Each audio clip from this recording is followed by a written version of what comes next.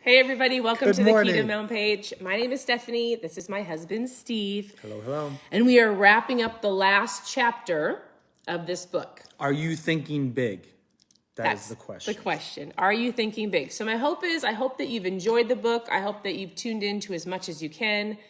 I was reading the comments from yesterday. Did we do one yesterday together? Yeah. And a lot of people were saying how important how much mindset has helped them on their journey.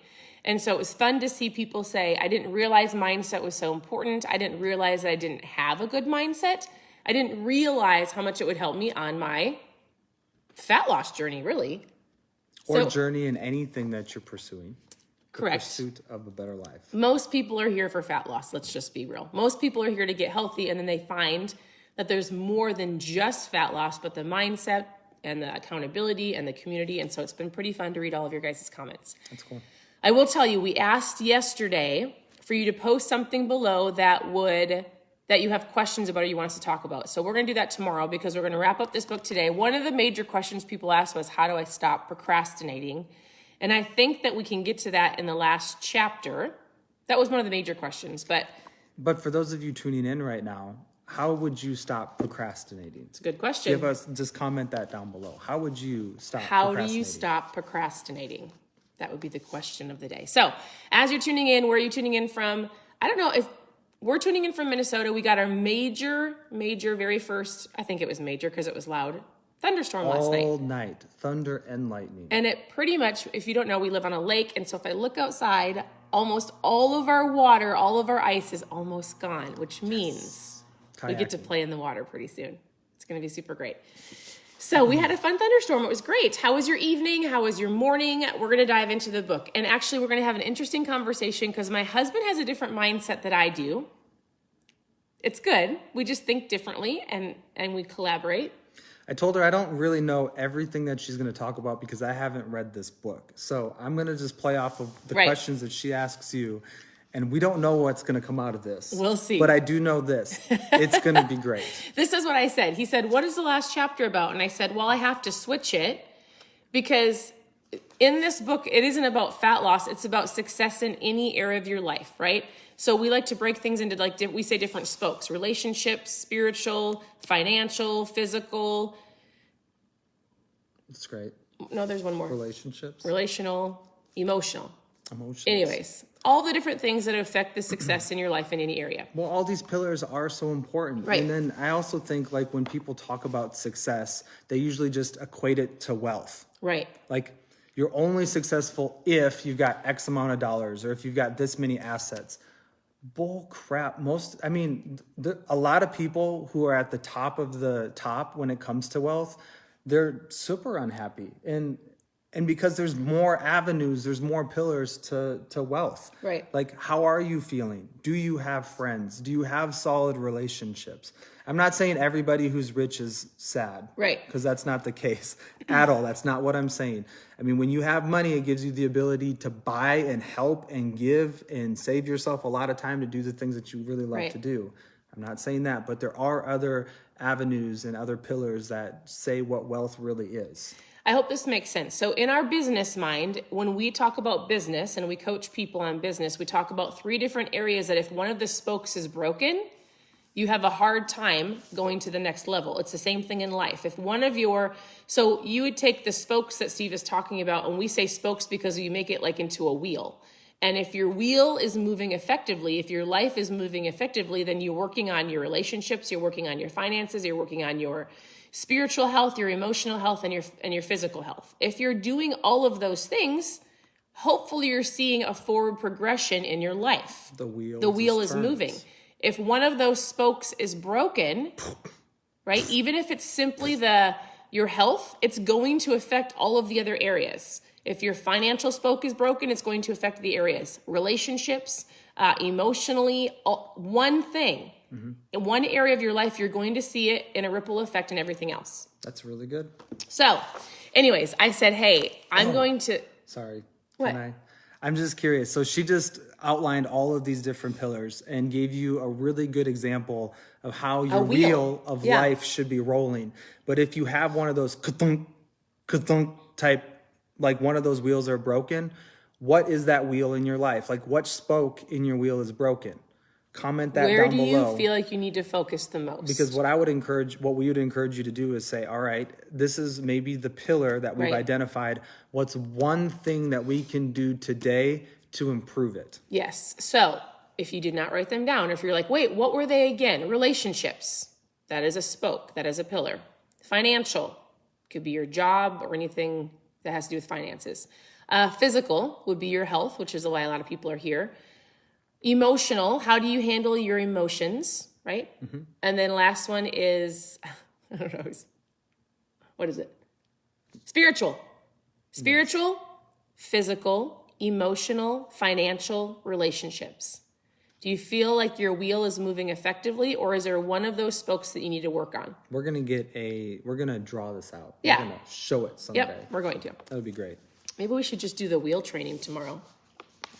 I love that. Okay, that's great. Okay. We'll do that. Here is what we're going to talk about, because we were talking this morning and I said, hey, I'm going to switch up the last chapter. Like it's all about sales and it's all about how to be a good leader. And so I was like, I'm going to take the conversation and I'm going to give them what it says, but I'm going to switch it because I have an idea. And he was like, everybody needs to be a good salesman. And I said, yeah, but that's not what I'm talking about. Lady. You need to be great at sales. And I was like, stop it, or you're not going to be on my live. But do you want to talk? Because honestly, here's the chapter title: How to Think Like a Leader. And I'll give you an example. He gives an example of a girl who was in sales in the very beginning. And he says there's 4 leadership rules or principles. And the first one was trade minds with the people you want to influence. And so I was reading this and I was like, That's a really great point. So I said, okay, trading minds with somebody you want to influence. And we were talking this morning and I was like, we're not talking about sales. So basically he gives a story of a lady who was working as a saleswoman, and she ended up quitting or getting fired after 8 months because she couldn't put her mindset into the fact of, like, she was selling to a higher clientele and they wanted her to make sure it fit a lower to middle class. So all I'm saying is he was trying to teach her how to trade minds with people, how to put yourself into a different position of mindset. Do you want to tell me what you wanted to say or not yet? Well, you're doing great. So I've got a thought. So I said, hey, I'm going to take that concept and I'm going to say, what do you want in life? We can talk about those spokes, right? So I'm going to take physical, for example. If you're trying to decide today on what to eat, or if I should eat the donut, or if I should intermittent fast, I want you to trade minds with somebody who you're like, oh, that person. You could either think of a person that you know is already healthy or where you want to be, or you could go, the healthy me, the 20-pound less me, what would I choose? Oh, I would choose intermittent fasting, or I would choose the bacon and eggs. Same thing for going to the gym. Like if you're like, I don't want to go to the gym today, I don't feel good. Oh, no, I'm going to trade minds with a person that's already there. What would that person say? They would say, get your butt to the gym. So good. Or relationships, right? If you're struggling in your spokes with your relationships, you can go, what would a healthy marriage look like? What would that person tell me to do? Would they tell me to bark at my husband, or would they tell me to respond when I'm ready? Does this make sense? Like he talked about trading. He said, trade minds with people that you want to influence, but trade minds. So if you're trying to make a decision, is this making sense? This is so good. If you're trying to make a decision and you don't know what to do, put your mindset in the position of the person that's already doing it. If you're finding value in this, please share this. Am I making sense? I think this is brilliant. We could just talk on this one topic the entire time. I'm trying to make sense. Okay, so who would you say that you know who does a great job at that's someone that you either know or someone that you studied who does a great job at trading minds with the people that they want to influence? Well, salespeople do that. Give me a specific name of one person. You. Oh, I don't know. I don't know what you're trying to get at. Honestly. Okay. You just say something. I'm telling you right now, tag a friend, because this is so good. I think of Napoleon Hill. Napoleon Hill would have his own masterminds with himself, and he would surround himself. He would visualize a table of people who he wanted to emulate or people that he wanted to learn from. So they weren't physically there. They weren't physically there. Napoleon Hill is an author. About it. He's not alive. He wrote 2 incredible We books. should probably go through Outwitting the Devil. Okay, so Napoleon Hill. If somebody said, can you please give me a list of books? Napoleon Hill wrote Think and Grow Rich, which I did not read for a long time because I didn't like the title, because I've learned over the course of years, money. That's a whole different conversation. That? Probably because we had a gutter mentality. We had a gutter mentality around money and riches and wealth and like luck until we actually understood legacy, hard work, looking at people differently than just from an outward perspective. And having an abundance mindset. So he wrote The Power of Think and Grow Rich, which is all about your mindset. And then he also wrote an incredible book called Outwitting the Devil. Unbelievable. So if you want 2 great books, for sure get them. But that's who he's talking about. So when you think about that, when you think about trading minds, I also think about self-distancing. And I know you're going to think I'm crazy when I say this, but here's the reality is we give ourselves, we don't give ourselves enough credit. We don't give ourselves the best information. We give ourselves like this negative talk in our mind all the time. Right. And I can't, not me. You would tell your best friend everything and anything what you think could help their current situation. Right. But most people in their minds give themselves the worst advice. Drama triangle, like it's this constant negativity. And so the more that we can self-distance ourselves, and if we from can ourselves? trade mind, yes. I mean, just think about this. If we can self-distance ourselves from ourselves, and if we could pump the brakes and we could say, what kind of information, what kind of advice would I give my best friend? What kind of advice would I give this other person? And then apply it to your own life. Somebody that you love. Maybe it would be a daughter or a child or anybody that if they came to you for advice on what you're dealing with, what would you tell them? That's the question. What would it take? And then you just fill in the blank. Like, what would it take? Like, I saw so many people posting all the different pillars and the things that they need to identify. So then I would ask you the question, like, what would it take for you, Nicole, to improve your spiritual pillar? What would it take for you, Anthony, to improve your physical pillar? Right. Like, what would it take? What would it take? We could say, Anthony, we know Anthony exactly, really well. If his daughter came to him and said, hey, I need to get healthy, I need to get stronger, I need to make a pivot, I need to, for my health, Anthony, what would you tell your daughter? I'm picking on Anthony because he lives down the street. He's a great friend. And if you tell your daughter a certain thing, are you going to do the same thing? So good. I think that's important. Yeah. It's so important. And like it or not, like everything in life is sales. Right. We haven't got there yet, but I think the reason why that is important, what's really sad about the story that's in the book is the lady could not get herself to walk in someone else's shoes. Right. She could not, basically, I would say she could not humble herself enough to go from the top of the elite to be able to work with middle class or lower class to say, what would it be like to walk a day in their shoes? What would it be like for that person who's never walked into a high-end retail store? Like, how are they feeling? What would it feel like to walk into this place? And then honestly, just pause and say, how could I add value to this person's life? And you never know how, I bet so many of you have the gift of encouragement. So many of you could look at somebody and a smile could completely transcend their day. Right. One positive word about what their outfit may be or the shoes that they're wearing. If you can give a genuine compliment to somebody, you never know how that one compliment can completely change someone's life. Well, that was the next one. So he gave four examples of leadership, right? Some of it was based on sales or in general, just being a good human being. And so one of them was, can you trade minds and put yourself into that person's position? Or he says, in everything you do, show that you put others first. Just giving other people that kind of treatment that you want to receive. So it's like the golden rule. Yeah. Treat others the way that you would like to be treated. Beautiful. Have you ever heard this phrase? What you're seeking after or what you're wanting, you need to give. How does Brian phrase it? What you give, you have forever. Yeah. Or he often says, like, whatever you're seeking, give it. Go give it, and you will get it back in return. Yeah, it's like sowing and reaping, right? You can't plant apple seeds and then get a banana tree. Like, you're going to get an apple. Right. So I think just like I think it's a really great law. It's a very good principle. If there's something in life that you're going after or something that you want, how can you give that away and just watch how it comes like it's going to come back to you. Right, 100%. He also talked about think progress, believe in progress, push for progress, one step at a time. I mean, we've talked about that before. Yeah, I think that's really important. Progress. And that's where celebrate. so many progress. people don't celebrate. Right. And I mean, even we're learning how to do that better. Right. I had to celebrate Stephanie yesterday because she actually didn't respond. I was sitting on the pity potty for probably 3 minutes. I made a stupid comment and she didn't actually yell at me. She I don't listened. even know what we're talking about. It doesn't matter. I'm not going to go into the details of it. But the reality You is, got a spanking. like, You just spanked yourself. yeah, but then in my mind, I honestly was like, man, my wife, she's remarkable. Like she could have really scolded me there, but she just chose to listen and to be patient and respond with grace and not like react out of the moment. And so in that, I honestly like celebrated myself that I have an amazing wife. But Just I'm so you know, celebrating you because you are remarkable. first of all, that is not an easy thing to. Let me ask you guys this.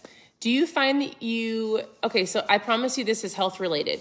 Do you find that when a situation comes up, do you react or respond? And this is probably one of the most key, I don't know if it's a principle, something that we learned probably almost 7 years ago that has shifted everything in, I would say, our life, is something called EQ. I talk about it sometimes on here. I've mentioned it in different lives, but the power of being able to handle your emotions, because I have worked on it for years, but I was not always like that.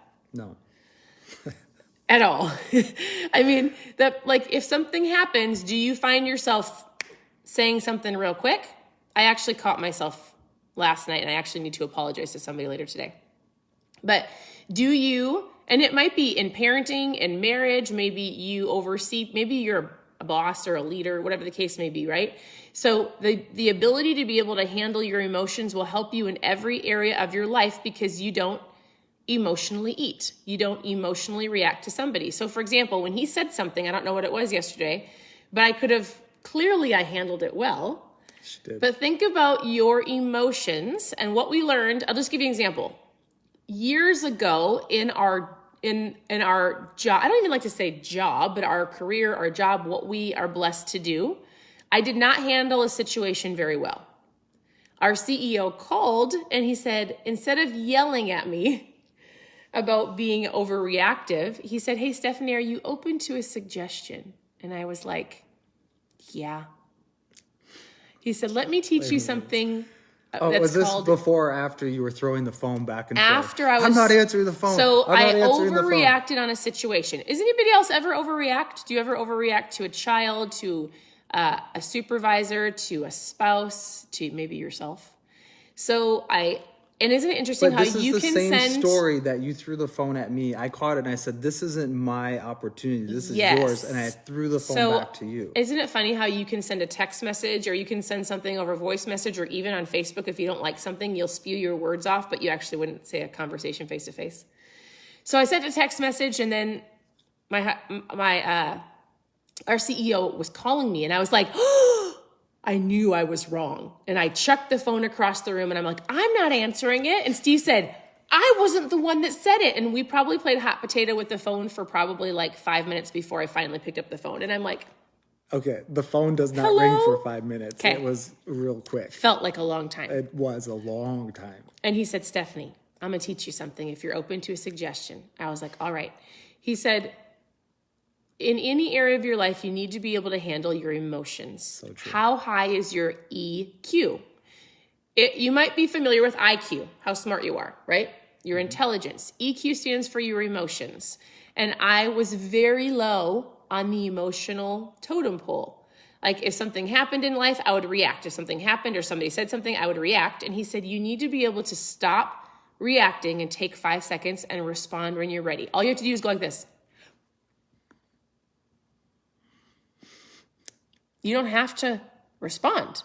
You can take time to think. You can take time to process. You can take time to figure out anything. And over the course of years, that's something that we would say to each other. We even taught our kids this. When they were about to throw a fit, I would go, hey, let's control our EQ.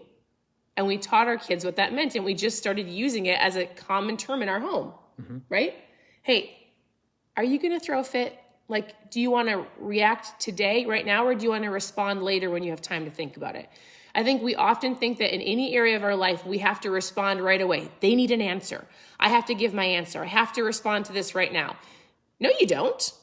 Why do you think, I'll give you one more example, and this has to do with fat loss. My daughter looked at me yesterday and she said, Mom, how do people get so overweight? This is an honest question from one of our daughters.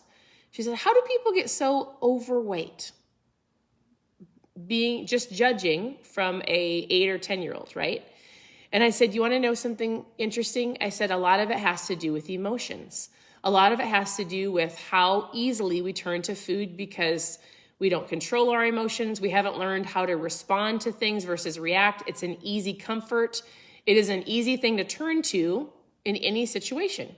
I'm not sure where I'm going with this. I just want to say this is gold. Your emotions control probably 90% of your day, whether it's going to be good and mindful or negative, and you go down this spiral of like affecting everybody else in your life, you and anybody else in your area. Can you control your emotions or not? So good. It's really one of the things that shifted almost everything in our life. All I have to do is tell myself, I don't have to respond. When my teenager's throwing a fit, I don't have to respond. I can just look and listen. When my husband's having a bad day, or I'm having a bad day, or somebody yelled at me at the grocery store, or somebody yelled at me online because I didn't say the right thing, I don't have to respond with my words or my actions or the food that I'm going to eat, but I can take some time and actually figure out, like, was I in the wrong? Do I need to apologize? Do I need to just be quiet and let that person apologize? Do I just need to sit and listen? Because oftentimes people don't want something fixed. They just need to get it out of their mind. I don't need to turn to anything to fix it, but just the fact of just sitting and being is okay. I don't know. So good. I'm not sure where this came from, but it's really an incredible, first of all, awareness of your EQ. Like, where do you at? If you had to rate yourself right now from 1 to 5, 5 being like, I totally control my emotions, 1 being like, yeah, I need to work on this. If you rated yourself from 1 to 5, where is your EQ in life? That's good. Can you give them so would you say the first tool is being aware? Yes. How can they become more aware? Well, you don't know what you don't know until you know. And now you know. Now you at least have the very basic understanding of, oh, there's something called an EQ, right? Mm-hmm. Oh, I don't have to respond or react to every situation. I can respond. So I guess what's your question? Like, what would be a tangible tool? Tell me what's a tangible tool. I'm seeing numbers on here. I think awareness is half the battle. Yeah. So it's basically, you have now kind of heard a couple different stories, but you're going to see it throughout your day. Right. You're going to have a new RAS towards it. So your reticular activating system, like if you just took in the story that Stephanie shared with you, your reticular activating system, your RAS is now keen, it's now aware of certain situations that you will be presented with in the near future. Right. And it's in those situations that you have to decide, how are you going to respond? Right. Okay. So I would just say, now that you have an awareness, say, to be expected. That's Especially a if you're tool a parent, you that get to do we've this learned. every day. When you see a child react, right? We see it right in front of us. When you see a child react instead of respond, you can say, to be expected. Like, I'm pretty sure when Stephanie heard me say my dumb words that I said yesterday, she probably said, to be expected. I just have learned to keep my mouth shut. And some of my friends might say, no, Stephanie, you talk too much. But if they would have met me before they were my friends, they would have been like, ooh, you've come a long way. Yeah, and we all are on the pursuit of better. Right. So I saw the question, what is RAS? RAS is your reticular activating system. How many of you have ever wanted to purchase give me a car? Someone type in the comments, like, what's a car that you really would love to have? Give me a vehicle. Somebody. First one I see, leave a comment. I'm going to use that as the example. What is the vehicle that you would love to have? Not ketones. Okay, we're not going to say that word. EQ stands for emotional quotient. I'm looking for a vehicle, a truck. Give me a specific truck. Camaro. Camaro, perfect. Thank you, Tabitha. Ann. Plain full out. A Camaro is a perfect example. So I really want to have a Chevy Camaro, right? So I decide, I have an awareness, I've made the decision, I want a Chevy Camaro. So guess what? You start, I'm getting all these, I like Teslas too, Mercedes, those are nice. We're going to go with the Camaro though, because the rule was the first comment. So all of a sudden, I've made the decision that I want a Chevy Camaro. Yep. Guess what? As I'm cruising down 35, as I'm going downtown, as I'm traveling to different places, as I'm going to the grocery store, what all of a sudden, thank What you, do you Lori, see? for the stars. We appreciate the stars. The stars go to an orphanage in Honduras. Thank you for giving those. So all of a sudden, as I'm cruising from place to place, guess what I'm seeing everywhere I go? I see Camaro. a Camaro. Do you think the Camaro has always been there? Yes. It's always been there. But what do I now start seeing in my reticular activating system? What has my awareness now brought to the forefront? Camaros everywhere. This should really give you an understanding of how powerful your mind is, because as soon as you bring something to your mind, you see it. You think it, it's here. Your mind goes, I'm going to look for that.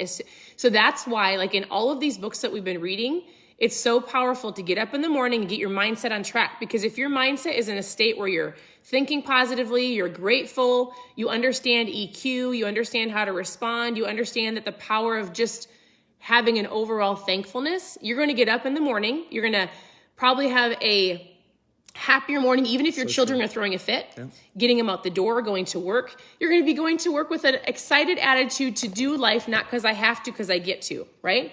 Because as soon as it's in your mind starts going, where do I see that? What do I need to look for? How do I see that? Because no different than the car, your reticular activating system is activated. In the morning, if you get up crabby, if you hit your snooze button, if you're constantly griping at your kids and you're mad, you're going to leave the house and you're going to be looking for more negative things to complain about. Oh my goodness. I'm reading a comment from Kelly on here. You're welcome. I hope that this has served you. The reality is if in the past it hasn't been the greatest, Right. I would say let yourself off the hook and forgive yourself and just say, you know what, today's a new day. Right. I think that's the more that we actually work with people and talk with people and have the opportunity to speak into people's lives is you don't realize how much unforgiveness that people are holding. Right. And so I know we're in the last chapter of not Thinking Grow Rich, but the magic of thinking big. But the reality is, like, if you want to live a big life, you were created for greatness because greatness made you. Right. The thing that typically holds you back is the fact that you've not forgiven either other people or ultimately you haven't forgave yourself. Right. But guess what? We're all on a journey. We're all on the pursuit of better. And so no matter what reason brought you here today is a day that you can do one new thing. You can try one new activity. You can become 1% better. I'll give you, this may sound super silly, but I'm really attempting to eat more meat and I'm attempting to live more of a carnivore type lifestyle. But guess what was left on the counter all week? Take a guess. What? It's not there anymore. And I'll tell you what the tip was. All week, there was this massive jar of these pretzel peanut butter bites. I don't know where they came from. We have people come over and stuff randomly gets dropped off and all this. And you know what? There's nothing wrong with pretzel peanut butter bites if that's what you love to eat. But do you think that was helping me with my goal? Now, I will say I did not eat the pretzel peanut butter bites. Do you have an easy time saying no to food? It is a challenge. And I've also realized this, that if it's there, guess what? I am way more apt to fall in and to cave. Right. Okay. So I'm going to say, like, we're talking about systems and goals and living a big life. As silly as this may seem, all I had to do, I don't even know whose they were. I took them and I hid them in a cupboard that I never go into. I hid them in a cupboard. Someday somebody will find them in that cupboard, but I know where they're at, but they're not in my eyesight, right? Like they're out of my awareness. Out of sight, out of mind, right? They're out of my reticular act. Like they're gone now. But guess what? I just set myself up for success. And at the same time, I got to celebrate because I didn't eat them. So I overcame the obstacle, but most of the time the obstacle is the way. So if you can push through those things. It's a good book. There's just so many things in life that I would just encourage you. Today, your awareness is going to be, you're going to probably see it in your kids. You're probably going to see it in your spouse. When you're going to work, if you're not there right now, we have people who sit on the toilet to sometimes listen to these types of talks. But the reality is there will be people who will push your buttons. Something will happen, or you may just push your own button because you've probably done the same predictable pattern and it really frustrates you. Right. But today is that day that you can forgive somebody, you can forgive yourself, and you can continue to step into your greatness. Right. It's so good. I think the last thing I would say on that is oftentimes when you have a root of bitterness or unforgiveness in your heart, it makes you have a negative attitude. And I want you to think about this. If you're mad or angry at somebody from your past or yourself, I'm not even going to say yourself right now. If it has to do with anybody else, most likely that thing that you're so angry about is not even affecting that person. That's so true. They're not thinking about it. They don't care. It could have been years ago. And you want to know how many people I talk to and they just have an anger with their way they were grown up from their parenting or from their childhood, or their sister said something wrong. And I just think, you think that person is thinking about that same thing right now? No. So the past is the past. Leave it there. You've got to draw a line in the sand at some point and go, I'm moving forward. If it's you and yourself and you're frustrated, get up every day and go, today's a new day. Can I say my little poem to them, see if I can remember it? Yeah. From Joseph McClendon. Yes. Because he said, the past is the past. This is really good. Oh, well, let's see if I can get it right. At last, the past is past. I've broken free and won. And now's the time to love myself and really have some fun.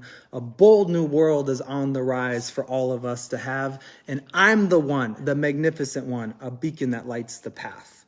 So I would encourage you today to write that down, to say it to yourself. But the past is the past. You have broken free and you can win.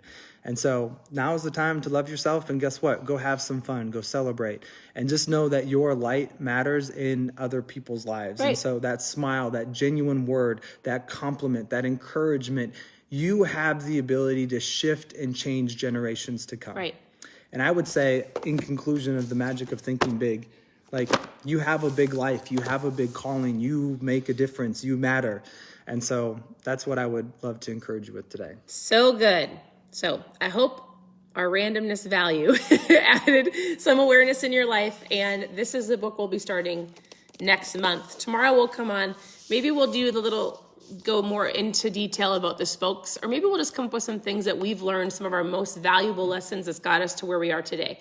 Because honestly, in the last 7 years, we've grown exponentially in ourselves, in an awareness in life, in our leadership, in all of those spokes. We've had people pour into us, whether it was mentors, our CEO, other people that have come and spoken to our community, and then reading. So we should make a list of maybe the top 5 things that has changed our life, and we'll come and share those with you. And at the same time, if you ever want to join us on our journey and be a part of that community, more in depth, I would encourage you just to send Stephanie a message. If you want to know more about what that could look like to join our community, just type team in the comments, and we'd love to just send you some information to see if what we do could be a good fit for you. And at the same time, I just want to say thanks for tuning in. Yeah. Thanks for sharing. Thanks for tagging a friend. It really means a lot to see more and more people hop on these lives and see more and more lives impacted by some of the books that we read and the people that we've met, and to be able to share it with each and every one of you. So good. So this is the next book if you want to grab it. Otherwise, oops, I'm making sure it's in the screen. Otherwise, you can tune in and just check us out here. All right, everybody. Hope you have a great morning. All right. And we'll talk to you soon.